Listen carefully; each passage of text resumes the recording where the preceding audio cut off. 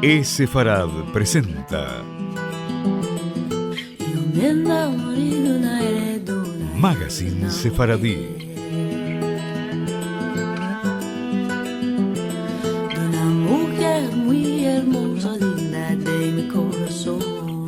Una producción de Radio High y Radio Sefarad.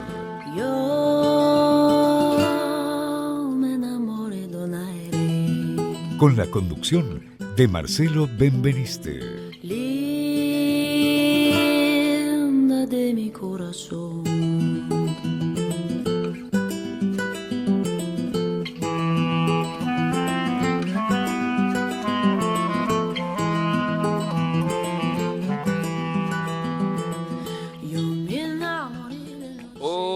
Hola amigos, bienvenidos a esta nueva edición de Magazine Sefaradí. Esta emisión es la número 410. El término Inquisición o Santa Inquisición hace referencia en realidad a varias instituciones dedicadas a la supresión de la herejía, mayormente en el seno de la Iglesia Católica. La herejía en la era medieval europea muchas veces se castigaba con la pena de muerte y de esta se derivan todas las demás. En el Sefarad Magazine Sefaradí de hoy vamos a conocer más en detalle cuáles eran las diferentes inquisiciones, cómo se fueron gestando y qué perseguían.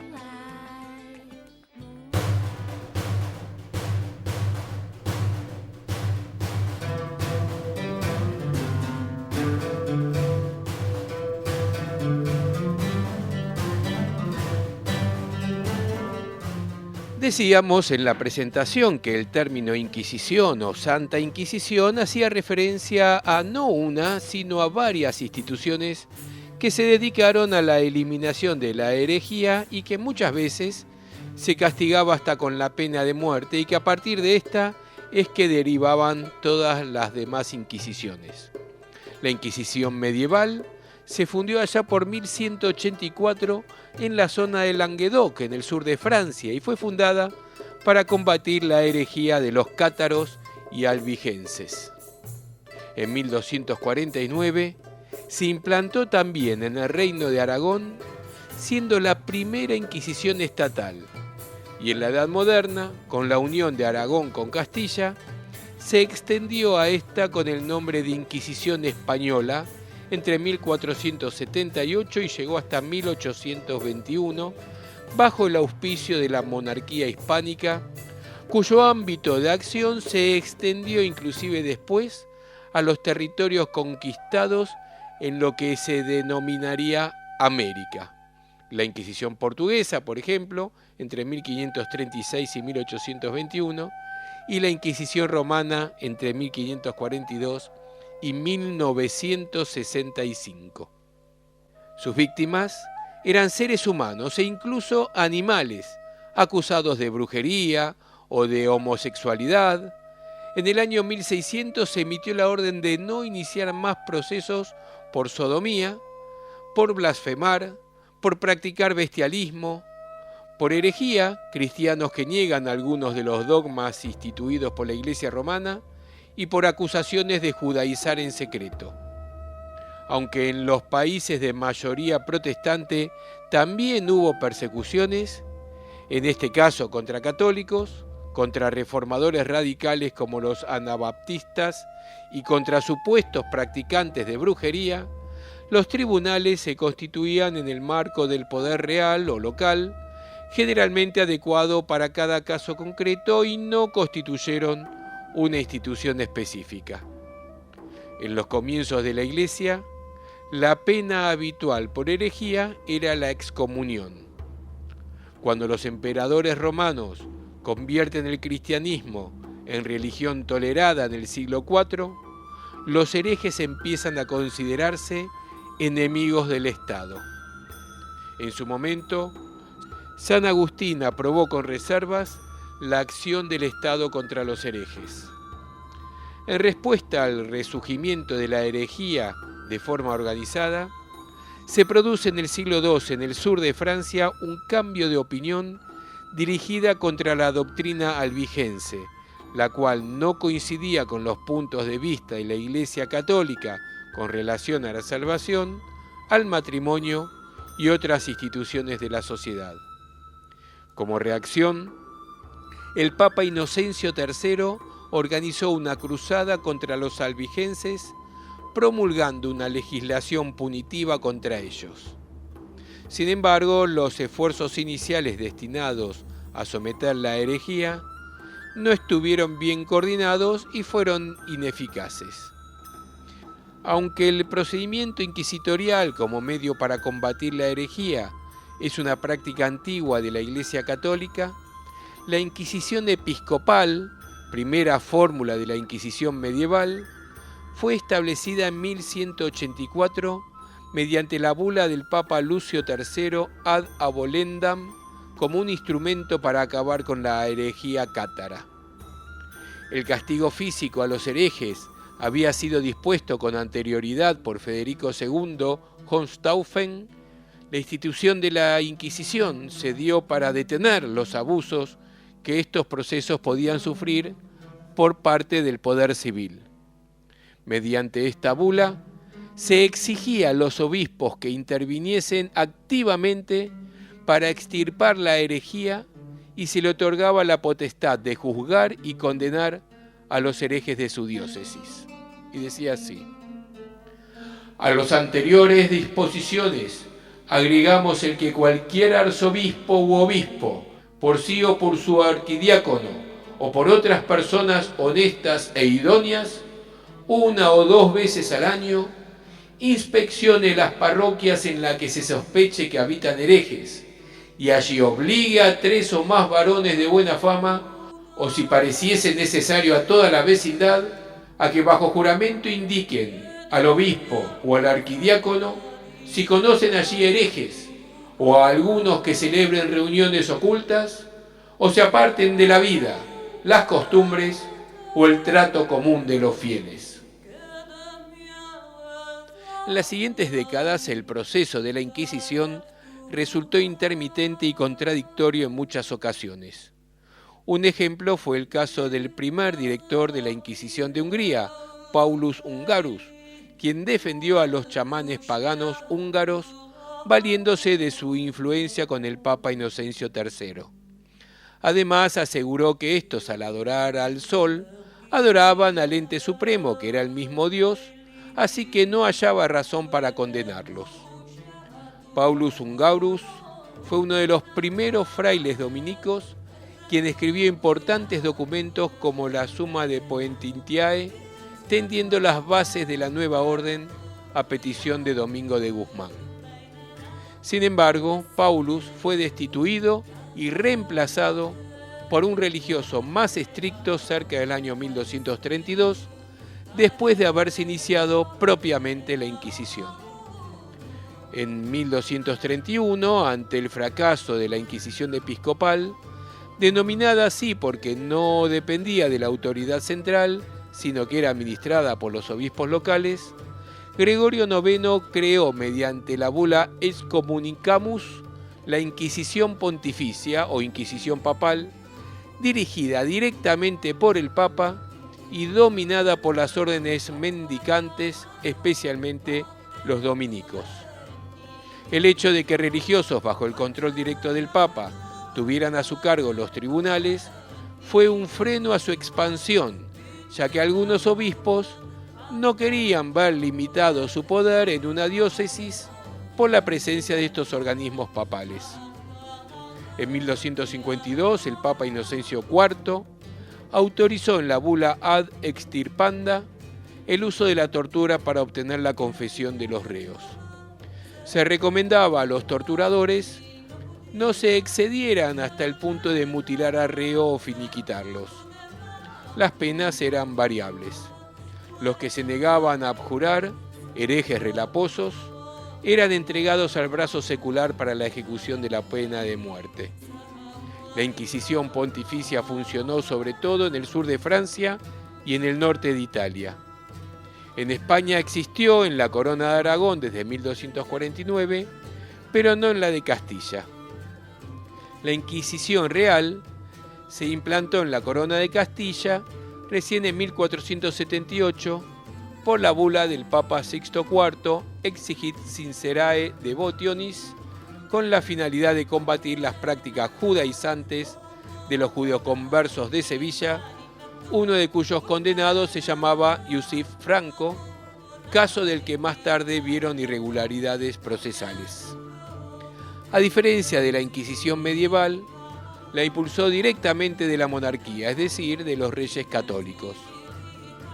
Tras una nueva bula emitida en 1483, la Inquisición se extendió a los reinos de la Corona de Aragón, incluyendo Sicilia y Cerdeña, y también a los territorios de América, ya que, como sabemos, hubo tribunales de la Inquisición en México, Lima y Cartagena de Indias, y se nombró inquisidor general a Tomás de Torquemada, de familia de conversos, siendo el confesor de Isabel, Espina, había sido rabino. La Inquisición se convirtió en la única institución común a todos los españoles, con excepción de la propia corona, a quien servía como instrumento del poder real. Era un organismo policial interestatal, capaz de actuar a ambos lados de las fronteras entre las coronas de Castilla y Aragón, mientras que los agentes ordinarios de la corona no podían rebasar los límites jurisdiccionales de sus respectivos reinos. En particular, la historia de la llamada Santa Inquisición en México se inició desde los primeros momentos en que los españoles pisaron el continente americano. Los primeros casos de que se tiene noticia son las llamadas ordenanzas contra blasfemos promulgadas por Hernán Cortés en 1520, es decir, antes de la caída de Tenochtitlán, y el proceso de idolatría iniciado por Nuño Beltrán de Guzmán en contra de Calzotzin, señor de los Tarascos. Tras la conquista, se instauró el Tribunal del Santo Oficio, que dependía directamente del Consejo de la Suprema Inquisición, que estaba encabezado por el Inquisidor General de la monarquía hispánica. La autoridad superior del tribunal en México era el inquisidor o inquisidores, ya que el puesto normalmente lo ocupaban varias personas. Los empleados de más alto rango eran el fiscal, a cuyo cargo estaba el promover los procesos, y el secretario del secreto, que tenía fe pública y autorizaba las actas, diligencias, despachos y edictos. Los inquisidores contaban con un cuerpo de personas doctas y de alta posición social y oficial, llamados los consultores del Santo Oficio, que integraban una especie de consejo. Estos consultores intervenían con su voto en las decisiones graves, como cuando un reo era condenado a muerte.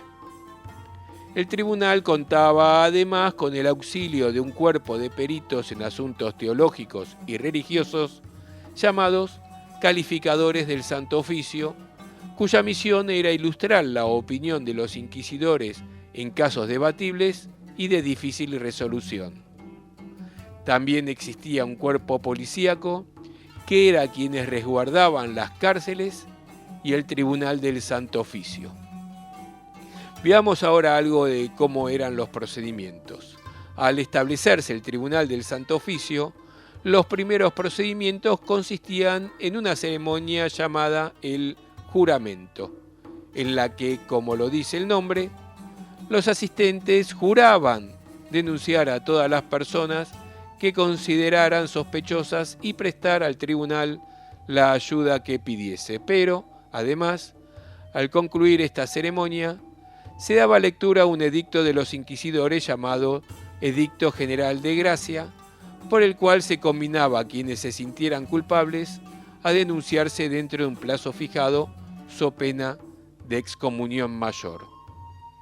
En el edicto se indicaban con minuciosidad los hechos considerados punibles y se les prohibía a los confesores dar la absolución a los que de algún modo no hubieran cumplido con aquel mandamiento. Toda denuncia, incluso anónima, era válida. Una vez recibida, se abría de inmediato una investigación secreta que, al revelar algún indicio, por débil que fuera, conducía al apoderamiento de la persona indicada y al aseguramiento de sus bienes. Se le tomaba enseguida una declaración que incluía siempre preguntas sobre su familia y su origen, sobre sus conocimientos de los dogmas y prácticas sobre la religión católica y sobre si tenía alguna sospecha acerca del motivo de su prisión. Por lo general, el acusado manifestaba total ignorancia a ese respecto, temeroso de implicarse en algún hecho que no figurara en la denuncia, situación que agravaba su caso. Si después de preguntarle 3 veces el acusado persistía en la misma respuesta, se le declaraba negativo y se abría, propiamente hablando, el proceso. Durante toda la secuela de este, que a veces tardaba años, el acusado permanecía incomunicado en la llamada cárcel del secreto y ni siquiera podía hablar con él uno de los inquisidores si faltaba alguien que pudiera servir de testigo. El acusado nunca era informado del nombre de quienes declaraban en el proceso. No había, por supuesto, la posibilidad de careos y el recurso de tachar a un testigo por ser enemigo del acusado solo podía hacerse efectivo si éste adivinaba quién había declarado en su contra o por torpeza del acusado en las declaraciones del testigo. A todos los testigos se les exigía el juramento del secreto. Pasemos ahora a lo que fue la Inquisición romana, también llamada Congregación del Santo Oficio, que fue creada en 1542 ante la amenaza del protestantismo por el Papa Pablo III. Se trataba de un organismo bastante diferente de la Inquisición medieval, ya que era una congregación permanente de cardenales y otros prelados que no dependía del control episcopal. Su ámbito de acción se extendía a toda la Iglesia católica. Su principal tarea fue desmantelar y atacar a las organizaciones, corrientes de pensamiento y posturas religiosas que socavaran la integridad de la fe católica y examinar y proscribir los libros que se considerasen ofensivos para la ortodoxia. Al comienzo, la actividad de la Inquisición romana se restringió a Italia, pero cuando Gianpietro Carafa fue elegido papa como Pablo IV en 1555, comenzó a perseguir a numerosos sospechosos de heterodoxia, entre los que se encontraban varios miembros de la jerarquía eclesiástica, como el cardenal inglés Reginald Pole. En el año 1600 fue juzgado, condenado y ejecutado el filósofo Giordano Bruno. En 1633 fue procesado y condenado Galileo Galilei al destierro a más de 50 kilómetros de Roma, suspendiéndole asimismo el abono del dinero que recibía al modo de una beca moderna. En 1965, el Papa Paulo VI reorganizó el Santo Oficio denominándolo Congregación para la Doctrina de la Fe. Pasemos ahora a lo que pasaba en Portugal, donde se habían refugiado numerosos judíos españoles luego de la expulsión de 1492. Allí el rey Manuel I, presionado por sus suegros los reyes católicos, decretó la expulsión de los judíos que no se convirtieran al cristianismo en 1497. Esto produjo numerosas conversiones al catolicismo. La Inquisición portuguesa fue establecida en Portugal en 1536 por el rey Juan III. En un principio, esta Inquisición portuguesa estaba bajo la autoridad del Papa, pero en 1539 el rey nombró inquisidor mayor a su propio hermano, don Enrique. Finalmente, en 1547 el Papa terminó aceptando que la Inquisición dependiese de la corona portuguesa. El primer auto de fe tuvo lugar en Lisboa el 20 de septiembre de 1540 y en 1560 se establece un tribunal de la Inquisición en Goa. Fue abolida por las Cortes Generales en 1821. Y no podemos hablar de la Inquisición sin hablar de la brujería. En el año 2004 se publicaron las actas del Simposio Internacional La Inquisición. Gracias a la apertura de los archivos secretos de la Congregación para la Doctrina de la Fe, ordenada por Juan Pablo II en 1998. En estas actas se recoge toda la posición católica romana en materia de documentación sobre los procesos inquisitoriales en la Europa católica, donde regía la Santa Sede en el campo espiritual. De acuerdo a esta posición, sería un mito hablar de genocidio en países como España por brujería. En cambio, los protestantes exageraron seguramente para mejorar su oposición al imperio español de la época. Primero es necesario comentar que se inició como un fenómeno popular, la aparición de la figura de la bruja poseída por el diablo, y así se irían ajusticiando por la población local. En 1484, Inocencio VIII da por oficial la existencia de la brujería por medio de la bula Summis Desideratis Affectivus, que dice: ha llegado a nuestros oídos que gran número de personas de ambos sexos no evitan el fornicar con los demonios, íncubos y súcubos, y que mediante sus brujerías, hechizos y conjuros sofocan, extinguen y hacen perecer la fecundidad de las mujeres, la propagación de los animales, la mies de la tierra.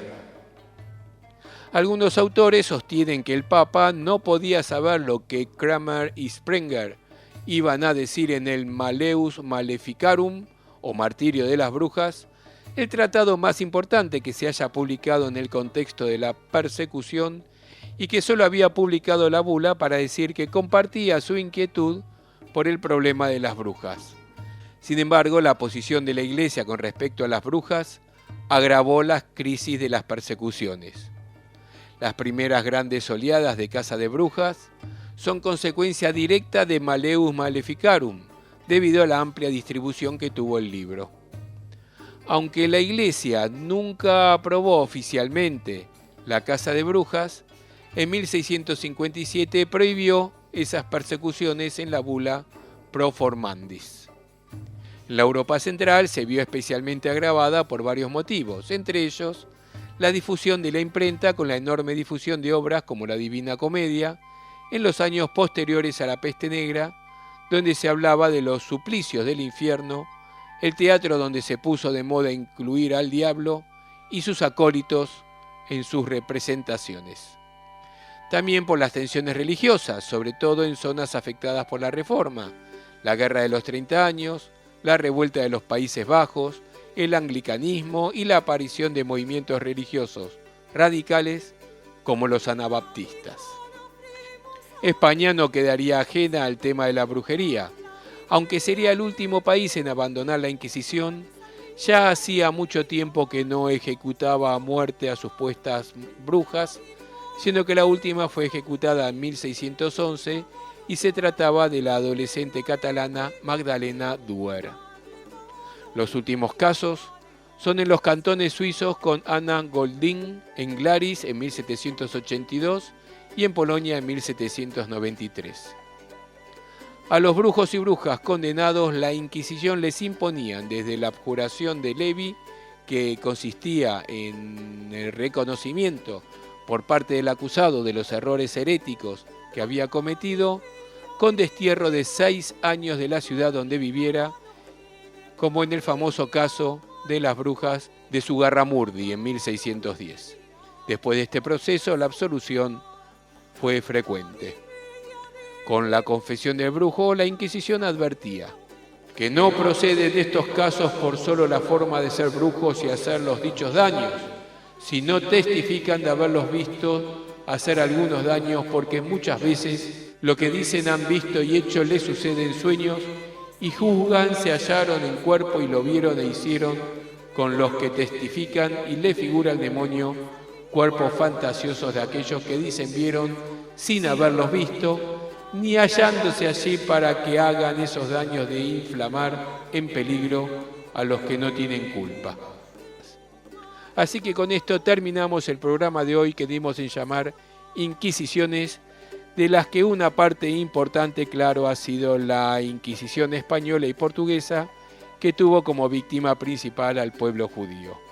nos queda por delante algunos otros temas de interés respecto de las Inquisiciones, en particular el caso Galileo Galilei en detalle, o el de Juana de Arco, y hasta los juicios a animales. También nos queda la presencia del tema en la cultura popular y también en las artes, del cual solo nombraré como ejemplo el libro La gesta del marrano, de Marcos Aguinis, o la novela El hereje, aunque hay mucho más, pero eso es otra historia.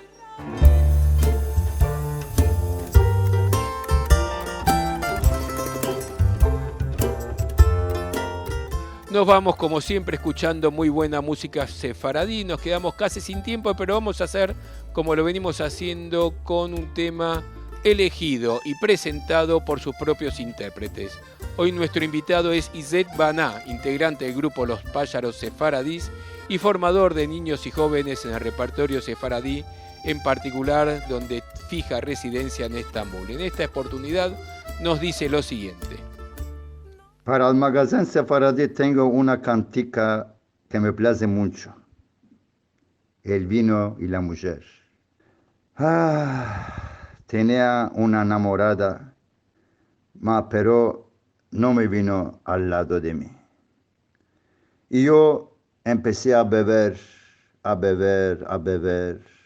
me emborraché y con esto me la olvidé.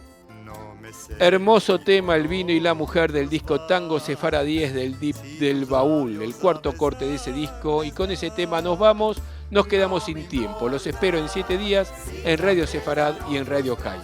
Aquí los dejo a pedido de Izet Baná, El vino y la mujer por Los Pájaros Sefaradís. Semanada buena.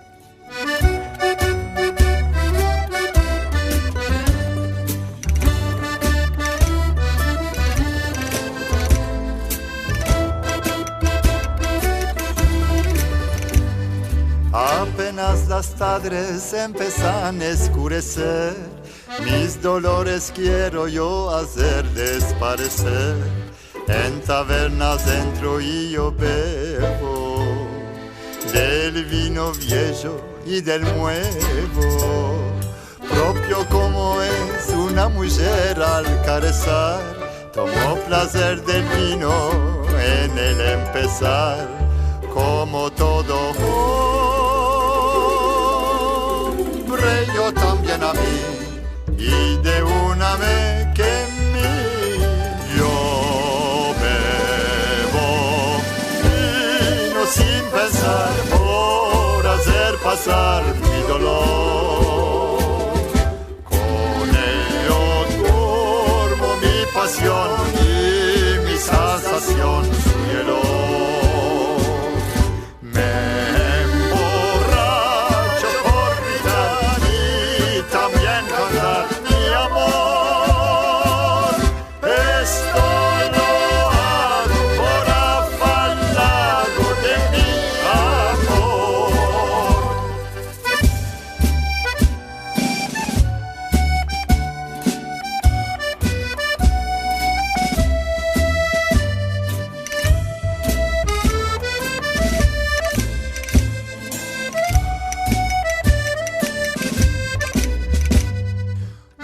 Blonda y charmante con sus caras ros, sus ojos enfechezantes, su graciosa voz, me trujeron en este camino.